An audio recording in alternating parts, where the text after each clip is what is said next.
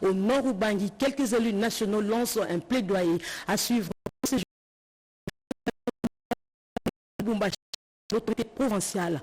Bienvenue dans Soir Actualité 19h sur la télévision nationale congolaise. Nous partons de la présidence de la République où le chef de l'État Félix-Antoine Tshisekedi Tshilombo s'est entretenu avec une forte délégation de la société civile française. Au menu, la session sécuritaire dans l'est de la RDC. Reportage Fanny Kikofi. Les échanges ont duré plus de 3 heures en signe de l'importance que le président accorde au sujet abordé.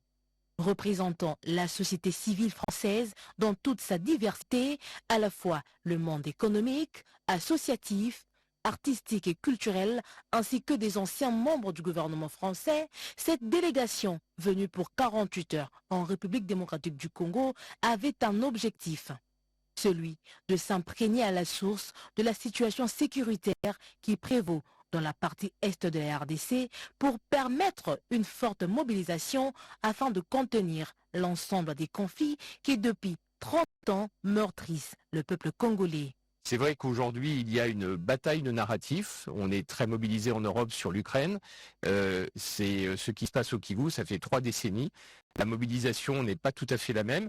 Elle passe d'abord par le fait de pouvoir venir ici en République démocratique du Congo, de pouvoir dialoguer avec ceux qui, d'une manière ou d'une autre, sont impliqués dans ces conflits, de façon à pouvoir ensuite témoigner et que ce déplacement ne soit pas simplement un déplacement ponctuel, mais le début d'une initiative de mobilisation, de pression, de témoignages publics dans les médias, dans le débat public, du soutien de la société civile française aux côtés de la société civile congolaise. Très ouvert à leur initiative, le président de la République, Félix-Antoine Tshisekedi Tshilombo, a retracé l'historique de ce conflit qui a duré plus de 3 décennies. Parce que c'est un conflit qui n'a pas 3 ans, c'est un conflit qui a 30 ans. Et donc, pour pouvoir le comprendre, il faut pouvoir reprendre ses racines historiques. Nous avons trouvé un président qui comprend parfaitement quels sont les enjeux.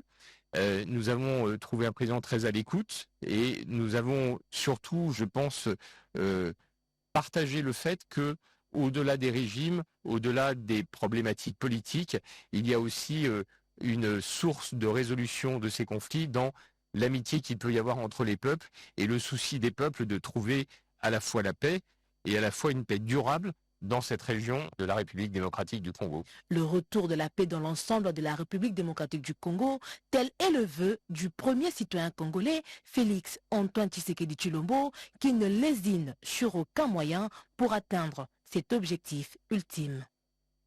Toujours en rapport avec la situation sécuritaire dans l'est du pays, les jeunes de la commune de Mongafula ont été sensibilisés à l'enrôlement dans l'armée par le ministre provincial de l'Intérieur qui apporte son soutien total aux FARDC et aux Wazalendo au front, nous dit Chimène Kamoka. Jeunesse, l'avenir de demain. Le conseiller du ministre provincial de l'Intérieur, Sécurité et Affaires coutumières et chef de groupement Kimwenza Matadi Mayo Blanchard Ipipo a organisé une activité sportive en collaboration avec le catcheur de la ville province Kinshasa et du Congo central. Toujours sur la même idée, seul de soutenir le chef de l'État, nos FARDC et de Wazalendo qui sont au front.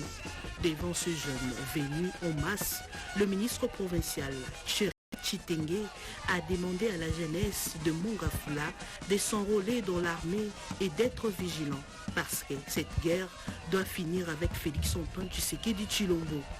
L'organisateur de la dite activité, à son tour, a demandé à la jeunesse et à ses collègues chefs coutumiers présents sur place d'être le porte-parole de la nation parce que ce sont eux, les biens de terre, à la jeunesse d'être vigilants et de dénoncer tous les faux mouvements dans nos quartiers. Le conseiller aux affaires coutumières a organisé cette manifestation avec la jeunesse de Mongafula pour pouvoir échanger sur des questions sécuritaires liées à notre pays aujourd'hui. Voilà, c'est pour ça que j'ai réussi de ma présence à cette cérémonie, de faire un appel à nos jeunes, à dire d'abord non, stop au génocide, et de les appeler à intégrer l'armée, à rejoindre les rangs de l'armée pour pouvoir protéger notre pays. Et le bourgmestre de la commune de Mongafula a rehaussé sa présence dans cette cérémonie riche. Les Congolais sont appelés à adopter une attitude de prière et de guerre pendant cette période d'agression rwandaise. Cet appel du représentant légal de l'église du réveil du Congo, Ejiba. À cet effet, quelques jeunes chrétiens se sont exprimés pour rejoindre les armées congolaises. Rodé Panda nous en dit un peu plus. Placé sous le thème « L'Église en temps de guerre, la grande journée du combat territorial » de ce samedi 15 mars 2025 au temple de l'Église pentecôtiste Les Secouristes, EPS à Kinshasa, l'archevêque président et représentant légal de l'Église du Réveil du Congo ERC, Ejiba Mampia Évariste, a appelé les Congolais à adopter une attitude de guerre et de prière pendant cette période critique pour la RDC, envahi dans sa partie orientale par les terroristes du M23 AFC, alliés de l'armée rwandaise. Se référant à l'histoire biblique de Néhémie, l'archevêque a centré son message sur la prise de conscience en temps de guerre. L'unité est ce qui peut nous permettre de vaincre cette guerre d'agression. La cohésion nationale, nous avons prié pour nos institutions. Le numéro 1 de l'RC a par ailleurs plaidé pour la mise en application de la résolution 2773 du Conseil de sécurité de l'ONU qui exige au Rwanda de retirer ses troupes du sol congolais, mais aussi de toutes les condamnations de la communauté internationale. Au cours de cette grande matinée de combat territorial, avec la participation de plusieurs leaders religieux, Ejiba Mampia a présenté un échantillon de jeunes chrétiens désireux de rejoindre les rangs des forces armées congolaises qu'il a encouragé à garder à l'esprit l'amour de la patrie pour défendre et libérer tous les territoires du pays. Une journée de prière pour la paix dans l'est du pays a été organisée dans la circonscription électorale de la Tchangou par le député national Kalonji, une occasion pour sensibiliser la population sur le don de sang et le soutien au chef de l'État, Gaëtan Mangalano. De drapeler aux couleurs nationales, symbole de l'attachement de résidents de la Tchangou lors de cette prière pour la paix dans l'est de la RDC. Est de la RDC menacée par l'agression rwandaise, agression injuste de mots de ces hommes et femmes, députés, conseillers communaux au Tout-Puissant. Prières, prédications, supplications, invocations formulées sur le drapeau congolais, place à présent à la sensibilisation. Soutien au FARDC et au président Félix Tshisekedi, Ogi Kalonji articule son speech autour de ces sujets. Lorsque la Tchangou s'élève, c'est un message fort que nous lançons à l'ennemi. On n'a pas voulu traîner le pas, on s'est dit, nous devons sensibiliser la Tchangou pour leur lancer un seul message, être derrière le président de la République, et en même temps soutenir nos FARDC. Pour lier l'acte à la parole, 14 000 $ pour le FARDC et Ouazalendo, dont de la Fondation Kalonji. C'est notre façon de soutenir les efforts que le président de la République est en train de fournir pour que la paix revienne dans chaque partie de la République démocratique du Congo. Un message aux Congolais. Nous n'avons que ce Congo comme pays et nous devons se mobiliser et être ensemble pour aider à ce que ce pays puisse retrouver une paix et surtout une paix durable. Tchangou Téléman, slogan choisi pour mobiliser la population des coins de la RDC. Rendons-nous au Nord Kivu où il y a eu lancement des travaux de construction du bâtiment administratif de la circonscription foncière de Butembo au quartier Matanda dans la commune de Moussassa. Plus de précisions avec Rémi Mungeni. Le gouverneur de la province du Nord Kivu, le général-major Évariste Kakule Somo, a été représenté à cette cérémonie par son conseiller principal en charge de l'affaire foncière, M. Eric Kissa Kalobera. C'est ce délégué du gouverneur des provinces a procédé à la pose de la première pierre pour lancer les travaux de cette bâtisse administrative de la circonscription foncière.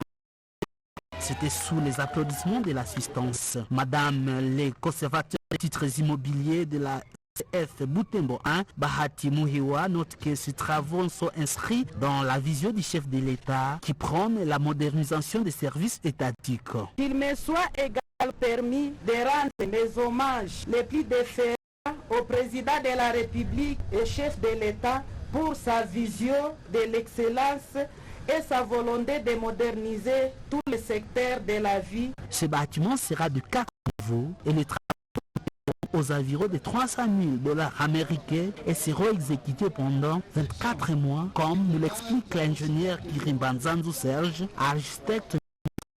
Le bâtiment d'une superficie de 521 mètres carrés sera construit par l'entreprise de la place sur le financement de la 5 625 $. La durée est de 24 mois. Le bâtiment sera érigé à 3 niveaux, c'est-à-dire chaussée, étage, offrant plus de 23 bureaux, d'une salle de réunion, d'une guérite ainsi que des chef du premier bureau à la mairie de Butembo.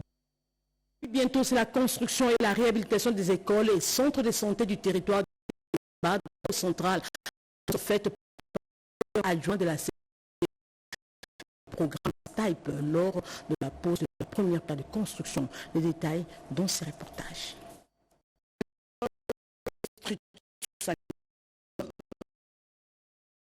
Seront bientôt dotés des infrastructures modernes. Le coordonnateur adjoint de la cellule de suivi des projets et programmes des CSPP STER, Yves Makanda, a fait cette annonce avec précision du temps réparti dans 3 mois, les 2 centres de santé modernes et les écoles disponibles.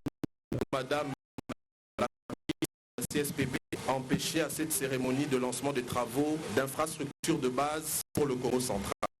Nous souhaitons d'abord rendre hommage à son Excellence, Monsieur le Président de la République, Félix Antoine Tshilombo, chef de l'État, pour sa vision stratégique pour l'extension des initiatives sociales en faveur de la province du Congo central. Le projet STEP est un projet qui a été construit pour stabiliser et renforcer la dynamique sociale et communautaire en vue d'un développement durable dans la partie Est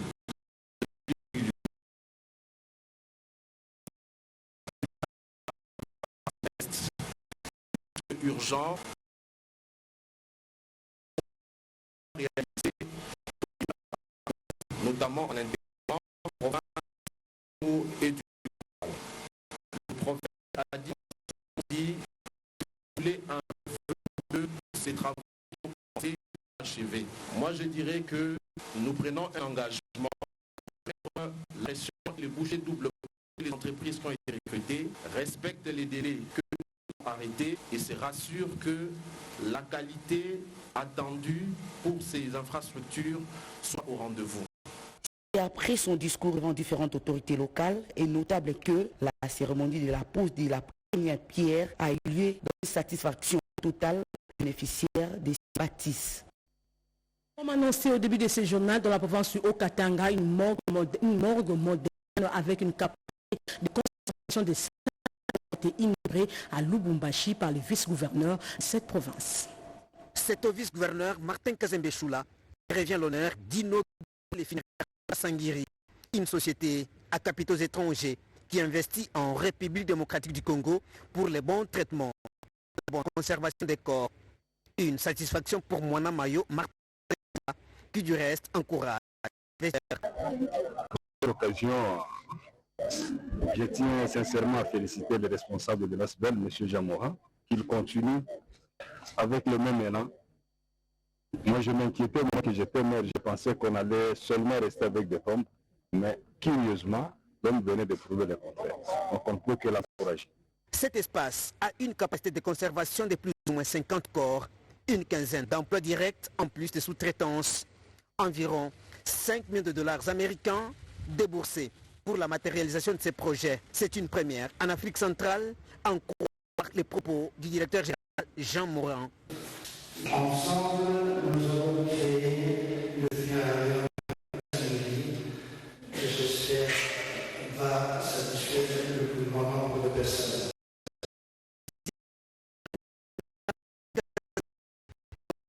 Dont le président de l'Assemblée provinciale du Haut-Katanga, représenté par le rapporteur adjoint Samuel Kilolo Yumba, le président de la fête Katanga, Mouland Patrick Apent, les bourgmestres Mireille Kiléché de la commune annexe et plusieurs autres députés nationaux et provinciaux.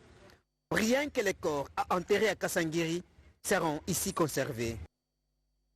Sa récente visite à Akéti, le gouverneur de la province du Bas-Ouélé, Mike Mokeni, a exprimé sa profonde tristesse face à l'abandon du port Chaltin, autrefois un port stratégique pour la province et pour le pays tout entier. Il a réaffirmé son engagement en faveur de la relance de ces ponts d'intérêt national. Lors de sa récente visite à Akéti, le gouverneur du Bas-Ouélé, Mike David Mokeni, a exprimé sa profonde tristesse face à l'abandon du port Chaltin, autrefois un port stratégique pour la province et le pays tout entier. Un sentiment de tristesse de voir tout ça détruit comme ça et abandonné. C'est pour vous dire que Akéti a joué un grand rôle dans la haute région, le Haut-Zaïre, la Grande Orientale. Akéti jouait un rôle très important grâce à son port qui est un port historique. C'est parmi les 3 plus grands ports du pays, mais qui aujourd'hui se retrouve abandonné. Heureusement que nous avons un président de la République qui a le souci de ressusciter la République démocratique du Congo. Je sais que les pleurs de la population de Akéti ne vont pas être des pleurs sans qu'on puisse venir essuyer leurs larmes. Notre travail, c'est de constater cela et de proposer aussi des solutions pour que Akéti et le Bas-Ouélé recouvrent sa place qu'il avait dans le temps. Je demande à la population d'Akéti et à toute la population du Bas-Ouélé de continuer à faire confiance au chef de l'État, son Excellence Félix-Antoine Tshisekedi Tshilombo, qui est décidé, qui a pris l'engagement de remettre le Congo à sa place et de réveiller ce grand géant de l'Afrique. Il tient de souligner que dans un contexte où le Bas-Ouélé aspire à un essor économique et social, la réhabilitation du port Chaltin pourrait représenter une étape clé pour intégrer davantage la province aux circuits économiques nationaux et régionaux.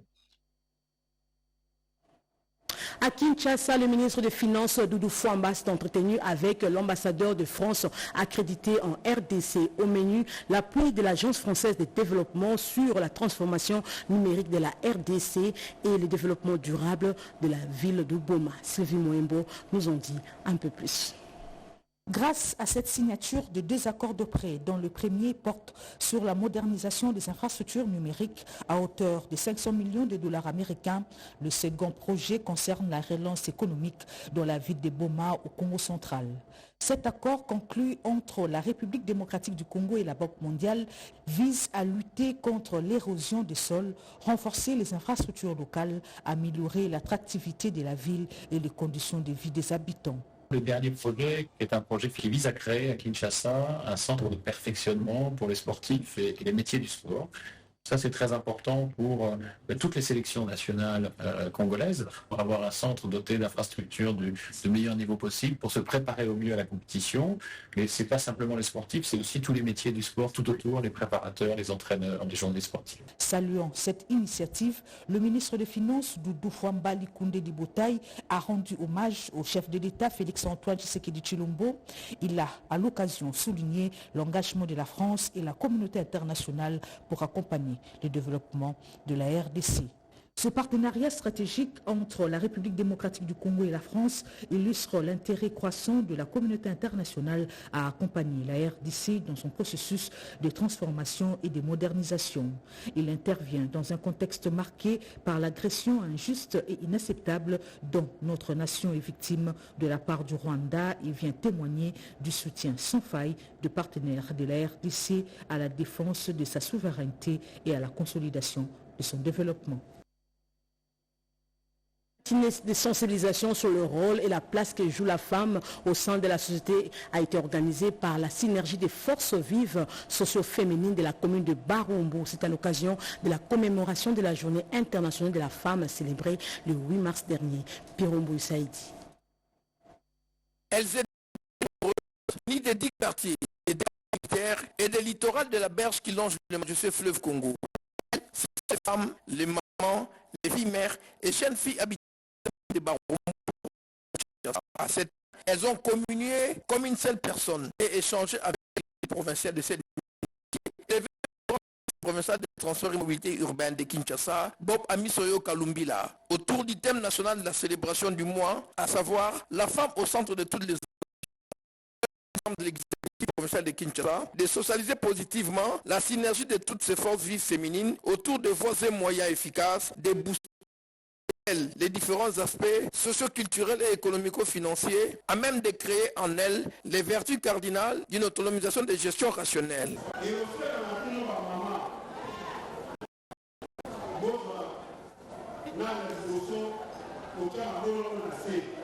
En ce mois de la femme, je rends hommage à toutes les femmes qui, par leur courage, bâtissent chaque jour un avenir meilleur pour notre communauté. Vous les mamans, votre force et notre richesse.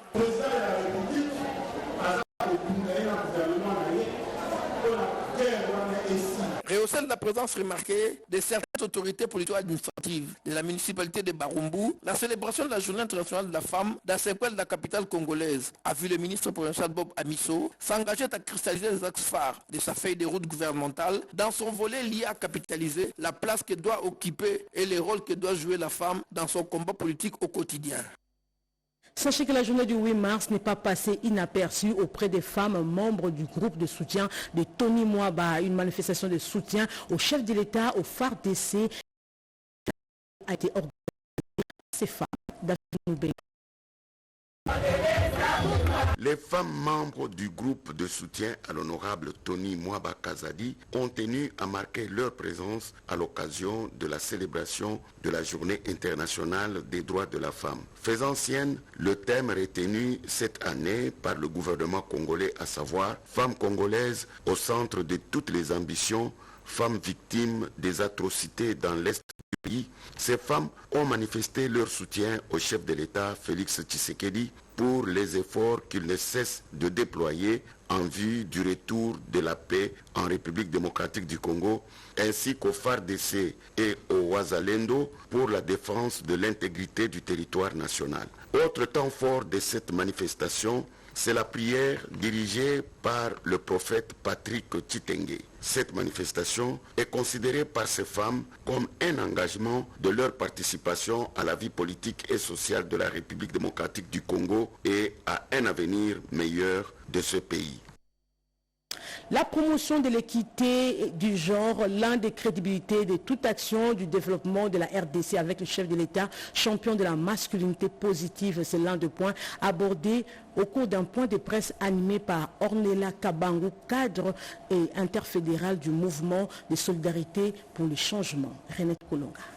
Dans la profession comme dans l'éducation, et pourquoi pas dans le domaine de vie sociale, les femmes et les hommes devraient avoir le même droit d'accès à l'égalité des chances et à éviter la discrimination des sexes. Les femmes sont actrices sociales capables d'agir pour leur sort et celui de la société. Ornella Kabangu, cadre du mouvement de solidarité pour le changement interfédéral des districts de Funa, dont Laura Batumona Kandkam et l'autorité morale martèlent sur ce combat de la femme. En tout cas, la femme congolaise touche tous les aspects. Alors, quand nous disons nous sommes en période de la journée internationale dédiée aux droits des femmes, je crois que la femme congolaise doit encore plus donner le meilleur d'elle. Je pense qu'il faudrait vraiment que la femme soit prise en compte lors, bien évidemment, la formation du gouvernement, que la femme ait une grande place, qu'il y ait un plus grand nombre de femmes au sein du gouvernement. Et en ces moments où la RDC sous occupation de l'armée rwandaise, Ornella Kabangu exprime sa compassion envers les femmes de l'Est, victimes des atrocités des soldats rwandais de Paul Kagame, sous couvert des supplétifs terroristes du M23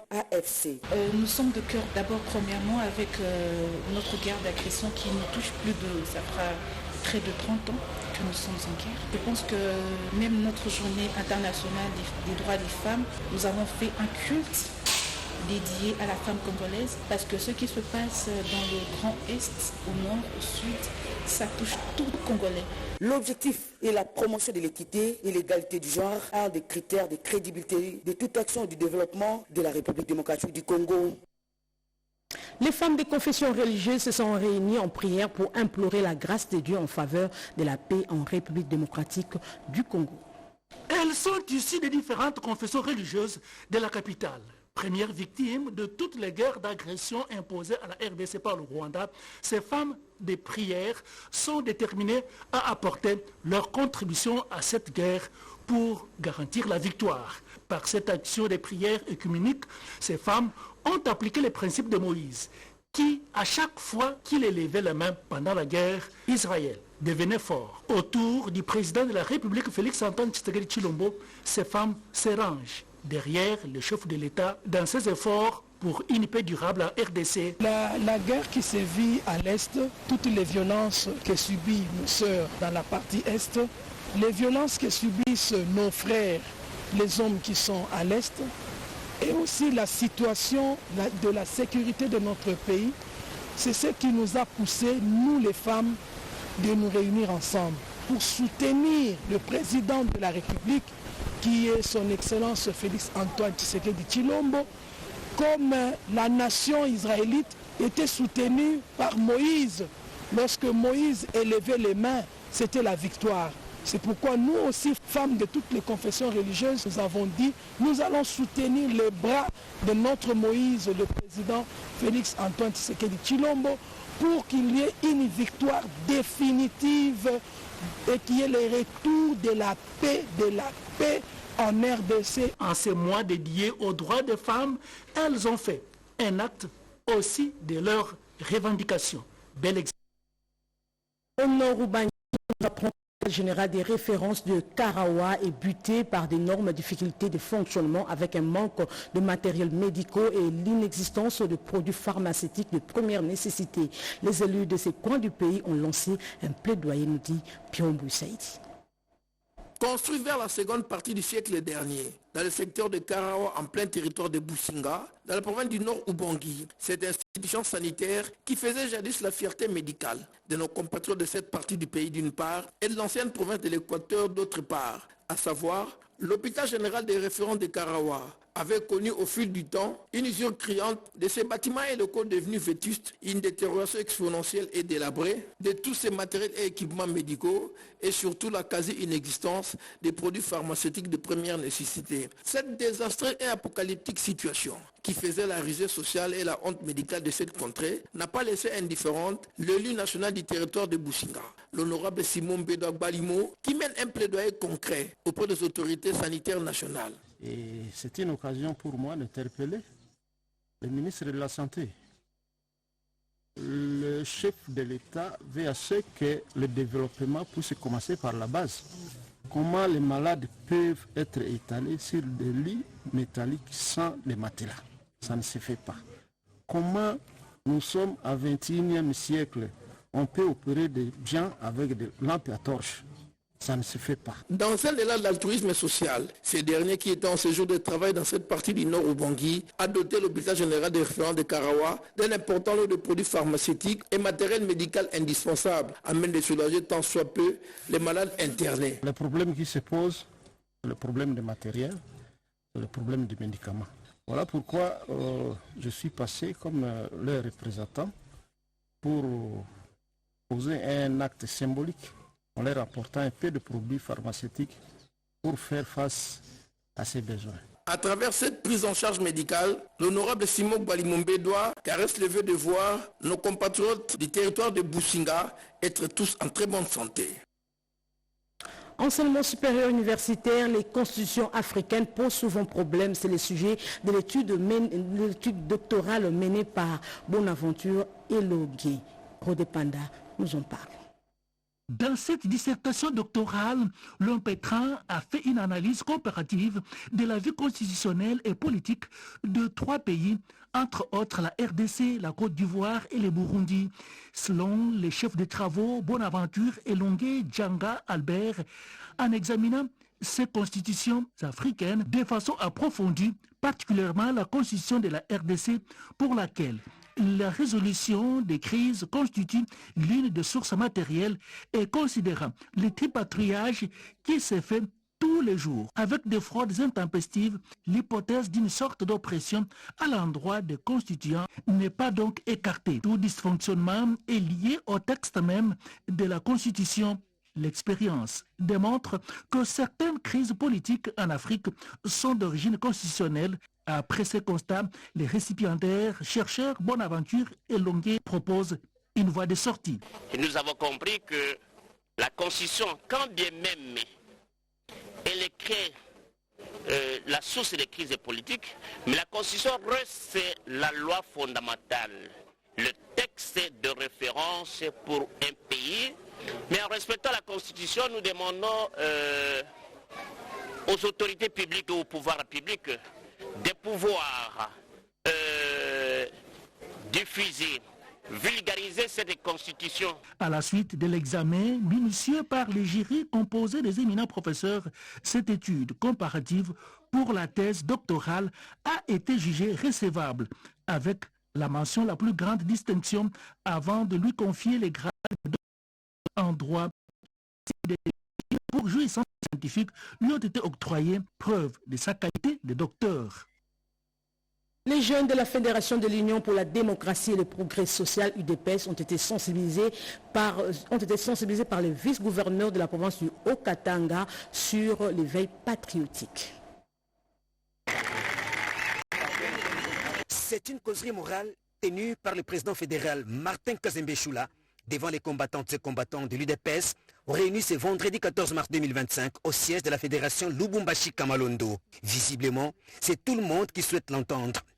C'est ici l'occasion pour les fils maison de l'UDPS de prendre la parole pour inviter les uns et les autres au sens élevé du patriotisme et à se ranger derrière le président de la République, Félix Antoine Tshisekedi Tshilombo, pour soutenir les FRDC engagés au front pour défendre l'intégrité du territoire national. Il est impérieux d'être vigilant et de dénoncer tous les suspects.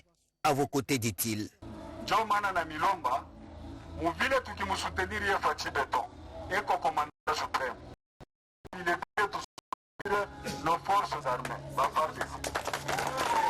C'est au fait un discours très captivant, chaque fois entrecoupé par des acclamations et cris de joie. Par rapport à la redynamisation des activités du parti, le président fédéral et fils maison de l'UDPS, Martin Kazembe Choula, annonce l'inauguration du siège de Kasenga la première quinzaine du mois d'avril 2025 et la restructuration du comité fédéral.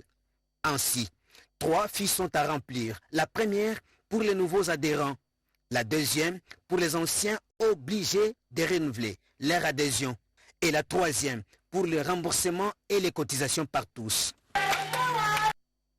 Terminons ce journal par la culture où un hommage mérité a été rendu au secrétaire général à la culture décédé dernièrement. Décédé le 28 février 2025 à l'âge de 67 ans, le secrétaire général à l'agriculture et sécurité alimentaire, José Ilangalofonga, a reçu les derniers hommages à l'espace Ave Maria. Autorités politiques, députés et sénateurs, secrétaires généraux, cadres et agents de l'administration publique lui ont rendu un témoignage officiel de satisfaction pour couronner ses 38 ans de carrière marquée d'expérience et de réalisations multiples. Le vice-premier ministre de la fonction publique, Jean-Pierre Liaou, a vanté la carrière exceptionnelle de l'illustre disparu et l'a admis à titre posthume à l'Émirata. Et pour le ministre d'État de l'Agriculture et Sécurité alimentaire, Grégoire Mouchaïl Moutombe, avec qui il a travaillé ensemble pour la matérialisation de la vision du chef de l'État, celle de la revanche du sol sur le sous-sol, il s'agit d'une grande perte. Le secrétaire général, moi-même et le directeur de cabinet, nous faisons des réunions à 3. Nous planifions beaucoup de choses, mais le plan dédié est autre. Le représentant pays du FIDA, Wali Diouf, a également rendu ses derniers hommages. Le Bureau national du Conseil national de l'Association des ingénieurs agronomes lui a décerné un certificat d'honneur à titre posthume. La cérémonie d'hommage terminée, les différentes personnalités ont tour à tour déposé leur gerbe de fleurs. L'inhumation du secrétaire général à l'agriculture et sécurité alimentaire, José Ilangalofonga, a eu lieu au cimetière Nécropole de l'Éternité à Ntsele-Bambou. Réalisé par Rodé Panda et André Njeka, ainsi prend fin ce journal des 10